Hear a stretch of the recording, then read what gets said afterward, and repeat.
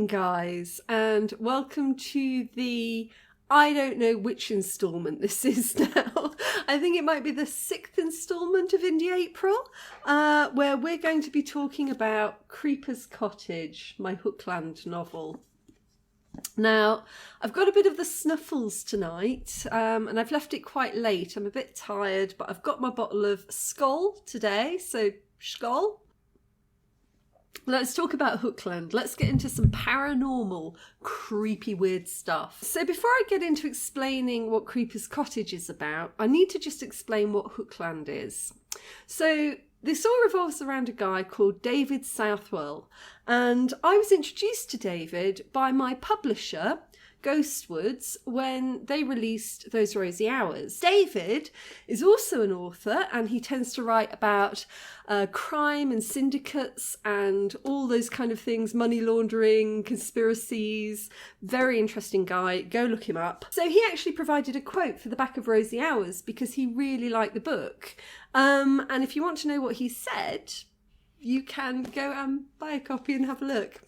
So David went on to create this incredible world, which is basically a mythical county in England where all the folklore that you've ever heard of can find a place. So, you know, if you're into sort of Cthulhu, if you're into sort of witch bottles, if you're into sort of weather omens and onoromancy, if you're into any of these kind of things, it has got a home, it has got a place in Hookland. So he describes it as the psychogeography of a place that doesn't exist.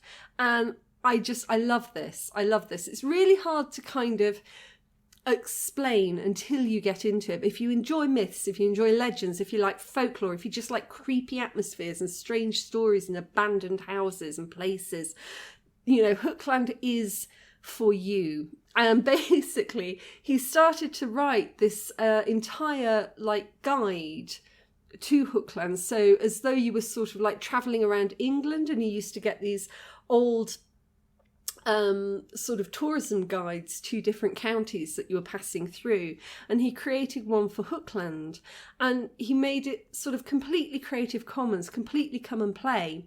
So if you go onto Twitter and you go to the hashtag Hookland, you'll find people from all over the world just contributing to this with things like, you know, radio snippets, photographs, arts and crafts, writers like myself, singers, you know, musicians. Everybody has got a place there. Everybody can add to the spirit of Hookland. At the beginning of the book, there's a very, very, very brief introduction with a little map of Hookland that David did. The word Hookland means land that is sown and ploughed each year.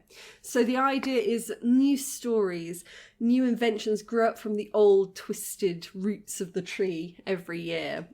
And I love it. I mean, it just seriously appealed to me. Firstly, I mean, mainly because when I was growing up in my early sort of teenage, mid-teenage years, late teenage years, I loved multi-user sort of text-based games. So I really cut my teeth playing MUDs, multi-user dimensions.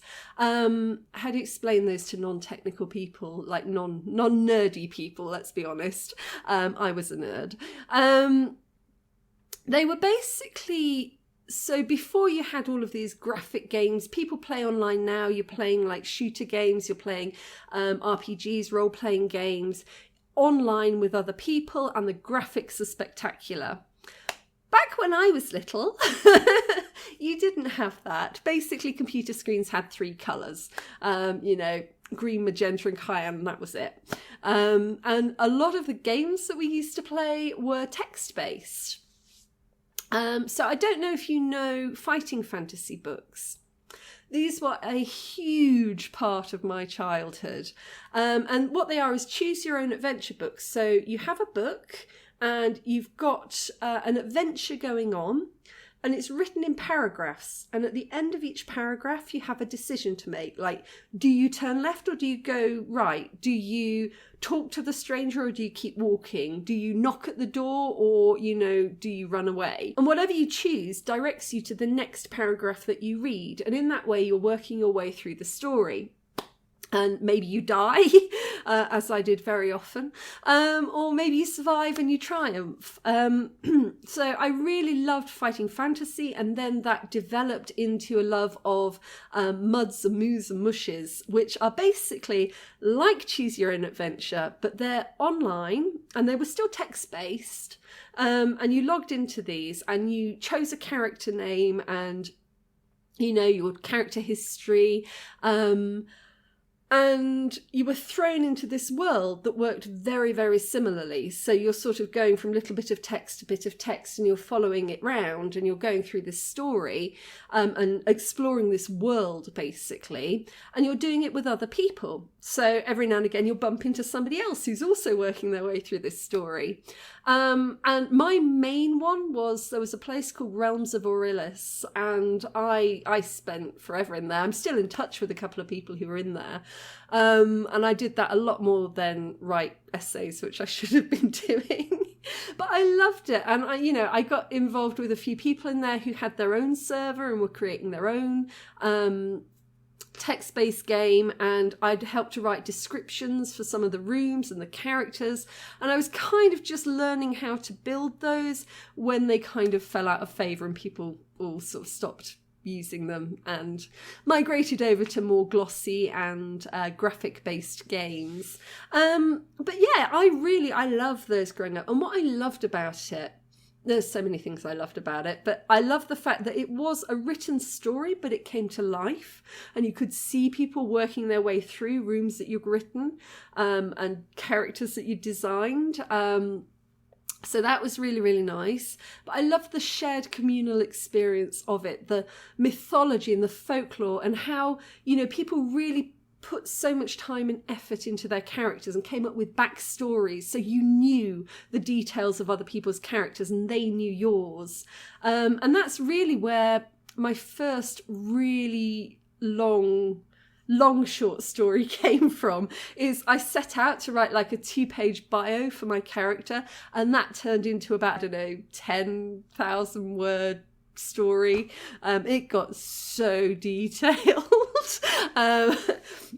So yeah, that was almost my first novella, I guess. But I loved it. It really sparked my imagination. And so I guess that's what I really like about Hookland, is to me it's like an extension of a text-based storytelling community, even though, there are loads of other artists in there, like musicians and, everything that I've said before. I really like that aspect of it, that it's a communal thing, because being a writer can be incredibly isolating. It's a very solitary activity. You spend most of your time sitting in front of your computer doing this and talking occasionally to your cats, maybe getting up to feed them now and then, but mostly just doing this and talking to characters in your head. So the opportunity to interact with lots of other people who are all really interested in folklore and mythology and creepiness and atmosphere and psychogeography and all of this wonderful stuff was really too much to pass up. And the other part that I liked about it was that David had put in so much work, so detailed. Like, he had this whole world in his head that he'd actually put down on paper. So, like, when he first said, people can come and play here, you can write, you can add to it, you can use any of the material to create this world and to add to this world.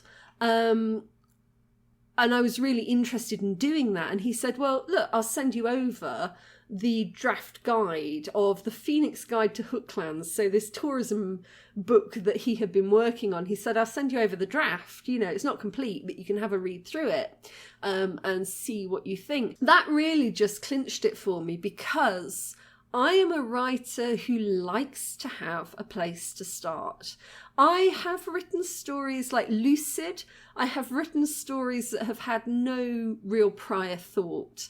I am admittedly a pantser. I do not plan out my stories. I jump in by the seat of my pants and I see where I end up.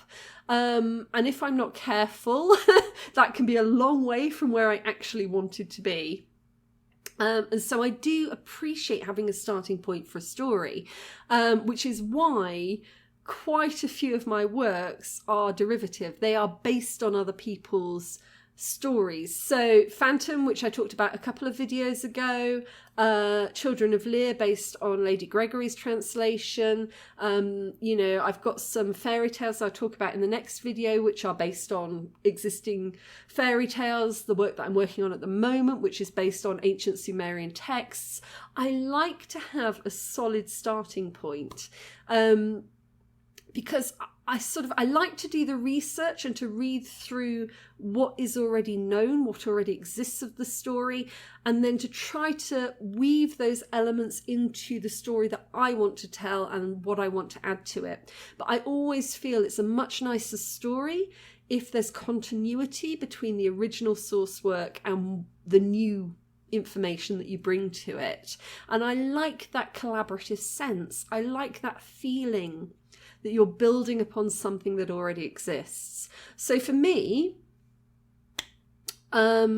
I just loved everything about it. I loved the topic, the fact that it was so mysterious and so occult and folklorish, and that really appeals to me. And I liked the fact that there was already a starting point. I did not have any idea of a story of what I was going to write, but I knew that I wanted it to be something kind of haunting and based around abandoned houses and an abandoned kind of mansion on the moors.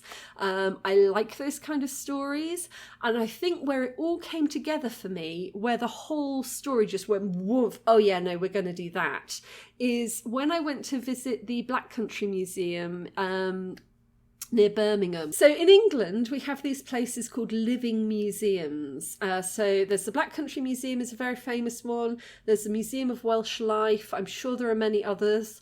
And the point of a living museum is we have a lot of buildings in England that are protected buildings. So they're very, very old. And so they have a protected status because they are an example of architecture that once it's been lost, you're never going to see that again. What people try to do is to preserve those buildings. But you can't always just keep them where they are because, sometimes communities need land to build new houses on, or the land is getting waterlogged and it's starting to sink. So what living museums do is they go out and they collect up these buildings brick by brick and they move them to a protected piece of land, the museum land, and they rebuild them on their land exactly as they were before. So that way, these examples of ancient architecture are always preserved for people to go in there and to walk around and to look at them and to take photographs. And it's just a really cool idea. So I went to visit the Black Country Museum with my dad and his partner Marilyn one day because the Black Country Museum is also where they filmed Peaky Blinders, and I'm a huge Peaky Blinders fan. So we went to the dock where they do the filming and we had a good look around, and then we were just walking around going in and out of some of the old buildings, and there are some really old buildings there, and there was just this one with sort of this sagging kind of roof, and there was just something about it. I saw it and I just thought, I need to go in there now. And I just sort of went in because, that's me. That's what I do. It was fascinating. It was an old squatter's house. And if you've read this, you'll know what a squatter's house is. And that building made it into this book. It was the beginning of the idea for the book. I was standing in there and there was a little buzz at the back of my head, and it just felt interesting. And it started to build in my mind this idea that, this building had been moved from its original location, But there was an atmosphere in there. There was a feeling in there. How many people had lived in that building over the years? How many people had slept in that building, had sat by that fire, had cooked in that building, had children, had loves, had their heart broken, been sick, died, all of these things in that house. And those things had come with the house. They've been transported with the house. You can't leave that behind. So whatever it is, whatever that atmosphere was in the bricks and mortar. It had soaked into that building. And that's really where the idea for this came from was, what if there was a very reclusive and mysterious figure out in the middle of nowhere, in the moors of Hookland, where nobody ever goes after dark. And what if he was collecting up buildings from around the county? And what if the folklore and the history of those buildings came with the bricks that he relocated? And so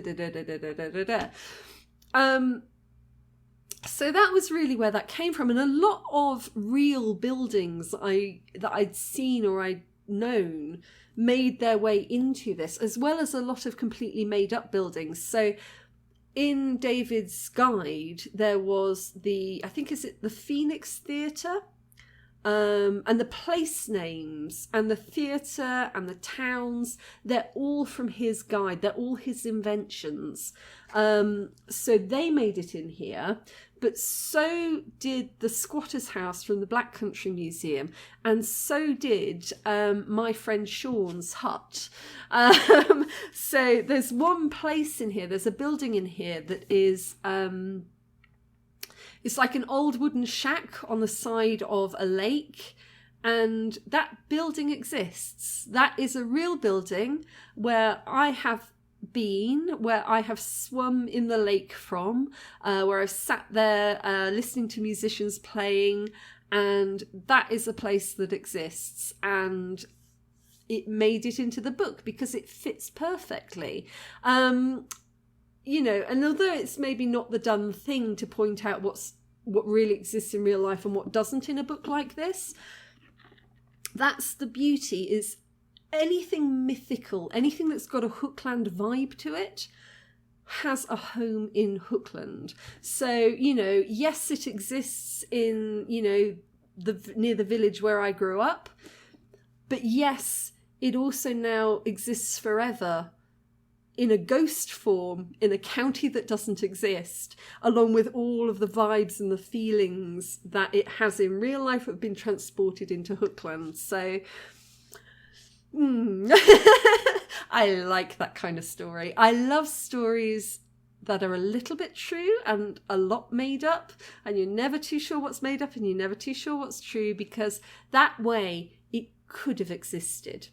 It didn't exist, but it could have existed, the whole story. And I like that. Now, the other part that I needed to balance a little bit, so Hookland there's a vibe to Hookland that's very much, or the majority of it feels very pre-mobile phone internet era. It's a very sort of 70s, sort of early 80s kind of mythical kind of world. But I decided to set Creeper's Cottage very much rooted in the modern world, in today. And that was kind of an interesting one because, a lot of what we have today interferes with our ability to pick up on the spooky. There was a study, I don't know if I can find it again. I always read these things and then I forget where I read them and then I can never find them again. But there was a study a while back saying that people were seeing less ghosts. People were reporting seeing less ghosts and paranormal activity since the dawn of the internet. And the whole idea behind that is people are just so focused on Facebook and social media that, if something's happening in the background, who knows, who cares, There could be a poltergeist throwing, chips across the kitchen, but you wouldn't notice because you've got to reply to an email. And there might be something in that, I don't know. less time for our brains to just spark out and start making stuff up. You could say setting it in the modern era makes it less creepy, but I feel like it's more creepy because the characters aren't expecting it. You know, they're going about a very modern life, you know, calling people up on their mobile phones, you know, knocking on doors to talk to people about building projects, you know, driving around in their cars and vaping. It's, you know, they're very modern characters, which to me makes it more spooky if strange stuff starts to happen, because you're more willing to dismiss it. You know, it's more likely to be, oh, yeah, whatever, oh, that didn't really happen, oh, you know, yeah, no, there's probably a perfectly sane and rational explanation for this.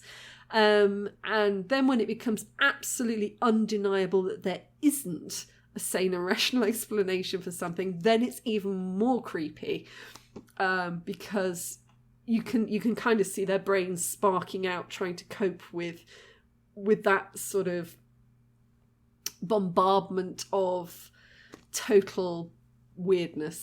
Anyway, I don't know if that makes sense. I don't know. Tell me if you feel the same. Tell me. You know, it's almost like if you think about things like The Woman in Black or, Haunted, you know, with David Ash.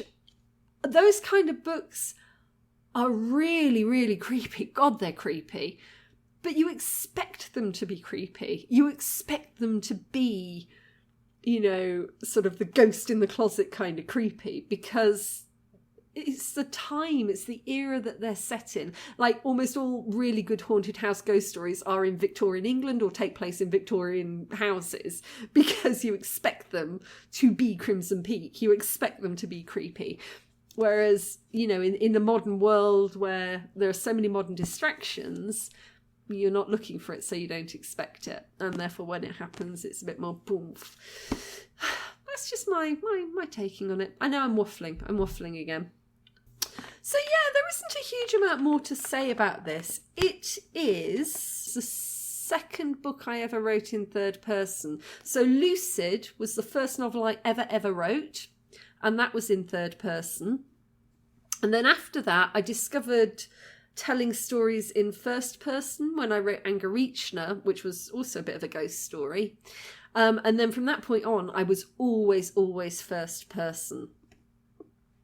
And this is the only time I went back to third, and I think it worked really well. I think it was the right choice for this genre of fiction.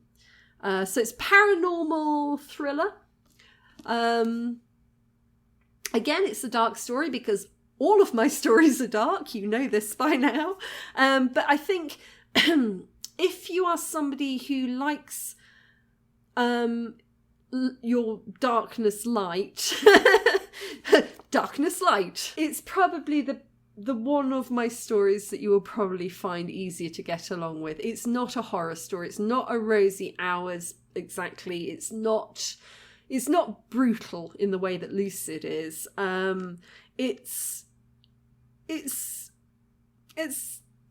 It's a little bit lighter, yeah. So, I mean, I think if you want to try reading one of my books and you want a little bit of a chill, or, you know, you want a bit of a ghost story, a bit of paranormal woo, but you know it's just fantasy, then this one. Yeah. And if you don't want horror at all, then potentially Children of Lear. But... or Georgie. Yeah, that's about all that I've really got to say about this. Maybe I should read you the back. Barrowcross Moor is a barren, unforgiving place where trees twist in strange formations against ferocious winds. There is a new owner up at Briar Hall, some distant relative of Charles Evermore, who died over 40 years ago. The new master has new ideas. He's going to build a living museum, and he needs Jenna Ashley's construction company to help him do it. As the project progresses, Jenna and her best friend Adam start to realise that it isn't only the buildings that are getting a new lease of life. There is something primal at work between the bricks and mortar of these forgotten spaces. So yes, if you want a ghostly little chill down your spine, give this a go, and definitely go and check out Hookland. The hashtag on Twitter is the most active. I think they're also on Instagram. I'll leave all of the links below. So have a good night.